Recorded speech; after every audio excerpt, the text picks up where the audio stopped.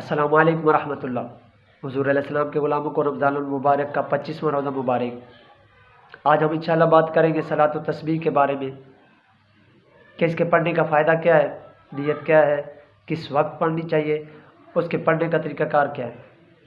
حضور علیہ السلام کے چچا حضرت عباس رضی اللہ تعالیٰ عنہ روایت کرتے ہیں کہ مجھے حضور علیہ السلام نے فرمایا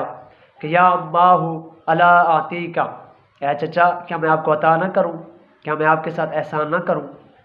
کیا میں آپ کی بخشش نہ کرواؤں۔ ایسے ہی 10 خصلتیں حضور علیہ السلام نے بیان فرمائی اور فرمایا کہ اگر تو یہ 4 رکعت نماز نفل پڑھے گا تو اللہ تیرے 10 قسم کے گناہ معاف فرما دے گا۔ وہ 10 قسم کے گناہ کون سے ہیں؟ نئے گناہ، پرانے گناہ، اگلے گناہ، پچھلے گناہ، قصدن کیے گئے یا بھول کر کیے گئے گناہ،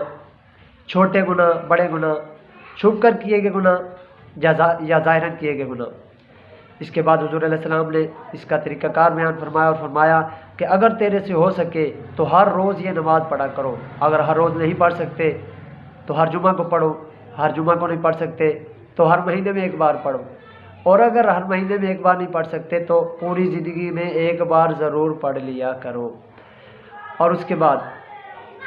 اس کا طریقہ کار ہے، اس کی نیت ہے، صلاۃ التسبیح کی نیت ہے 4 رکعت نماز نفل، صلاۃ التسبیح بندگی اللہ تعالیٰ کی، منہ میں رکھنا کعبہ کی طرف، اللہ اکبر، تکبیر تحریمہ کہنی ہے، ہاتھ کانوں کو لگاتے ہوئے باندھ لینے ہیں، باندھنے کے بعد ثنا پڑھنی ہے سبحانک اللہم و بحمدک ولا الہ غیرک تک،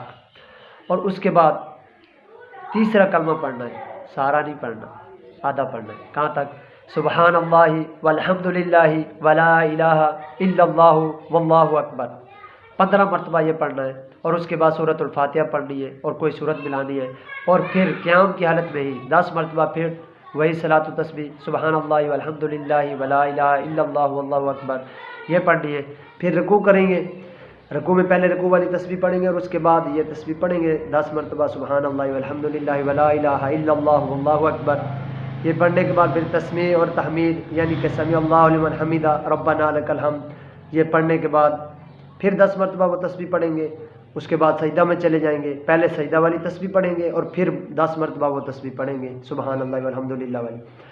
اور اس کے بعد پھر جلسہ کی حالت میں 10 مرتبہ پڑھیں گے۔ یاد رہے جلسہ 2 سجدوں کے درمیان جو ہم تشہد کی حالت میں بیٹھتے ہیں اسے جلسہ کہتے ہیں۔ 10 مرتبہ جلسہ میں پڑھنے کے بعد پھر دوسرا سجدہ کریں گے، پھر 10 مرتبہ دوسرے سجدہ میں پڑھیں گے، پہلے سجدہ والی تسبیح پڑھیں گے اور اس کے بعد یہ تسبیح پڑھیں گے۔ ایسے یہ ایک رکعت میں 75 مرتبہ ہو جائے گی، اور ٹوٹل 4 رکعتوں میں یہ 300 مرتبہ تسبیح ہو جائے گی، اور اس طرح ہماری جو ہے نا صلاۃ التسبیح نماز نفل ادا ہو جائے گی۔